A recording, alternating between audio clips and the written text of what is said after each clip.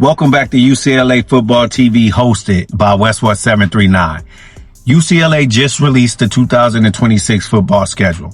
I just dropped a video about it yesterday. If you guys haven't chimed in on that or watched it yet, make sure you lock in, then come back to this video because it's really important. I'm not going to hold y'all. We're going to jump right in.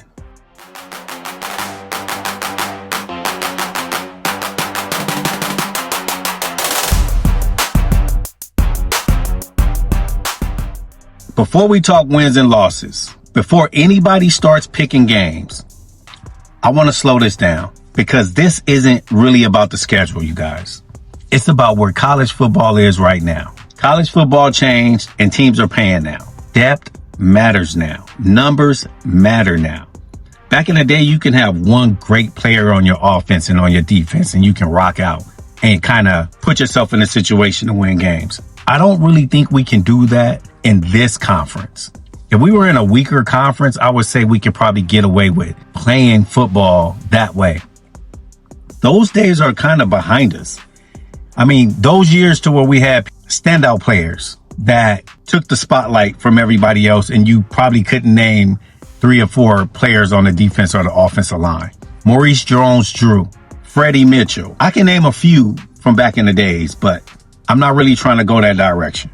We're not going to be able to win in the Big Ten with just going 1 deep at every position. We have to be 3 deep at every position, every game to be successful.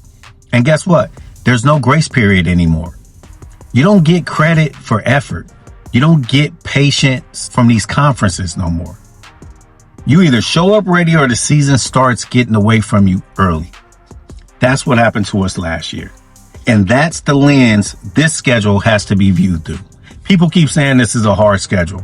I don't see hard. I see honest. And the reason why I see honest, because this schedule is going to hold this team accountable. There's some elite teams. There's some middle of the road Big Ten teams. And there's also games UCLA should win hands down. That's the dangerous part. Good teams beat you with talent.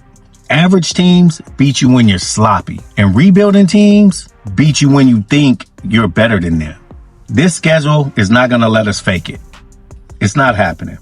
And the good thing about it, a lot of these teams are going to prepare for us based on last year's record. Of course we improved, but are they going to overlook us? Are they going to take us serious? We hope they do. We really do.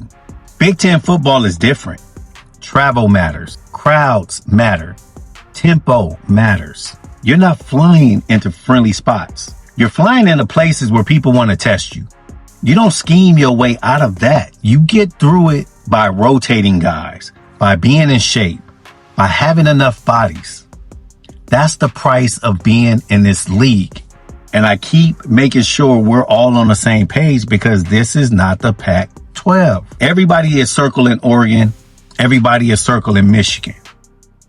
Okay, I get it. I understand why. I feel like we should be able to beat both of those teams, and eventually we will. Those games don't define your season. The games you're supposed to win do. That's where teams fall apart. That's where preparation shows up. That's where discipline matters.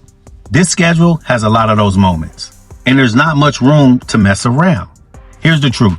You don't just build a team anymore. It don't work like that anymore. If you miss in the portal, it shows. If you're thin at a position, it shows. If your backups can't play, it shows, especially on the road. This schedule is going to test us. It's testing how the roster is put together, and it's giving us as fans something to rally around and be happy to see. But we have to be realistic about the fact that we really need to see these players on the field. We need to see how they play. We need to see what this roster is going to do when it all comes together. This is why Bob Chesney matters. Not the speeches, not the slogans. Teams can get exposed in this league.